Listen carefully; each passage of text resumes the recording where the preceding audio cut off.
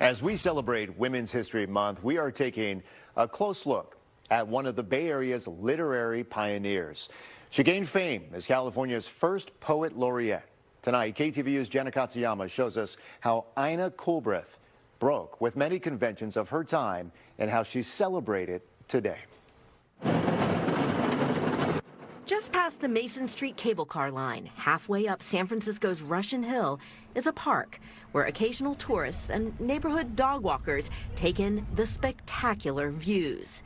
The park bears the name of a once famous San Francisco woman who many people now don't know. Okay. Do you know who that is? No, I have no idea. Please. Ina Coolbrith? No idea. Ina Coolbrith was a literary legend in her day, a poet whose life reads like an epic novel, a pioneer who became California's first poet laureate. It was bestowed on her in 1915 during the Pan-Pacific International Exhibition, which was a really big deal. Christopher Pollock is San Francisco's park historian. She lived just a block away, down the hill to the south. He says Coolbrith's friends were some of the most well-known writers of the West: Bret Harte, Joaquin Miller. Mark Twain is another person that she got to know over time. So she really gets to know the cream of the crop of the poetry and literary set in San Francisco. But Ina Coolbrith also had a secret in her past.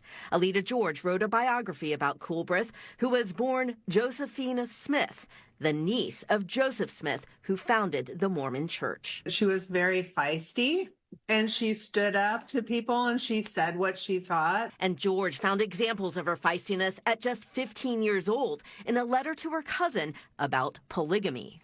Is it right for a girl of 15 or even 16 to marry a man of 50 or 60, to be taken into his harem and enjoy the pleasure of being his favorite sultana for an hour, and then thrown aside? This is of God, is it? No, never, never, never.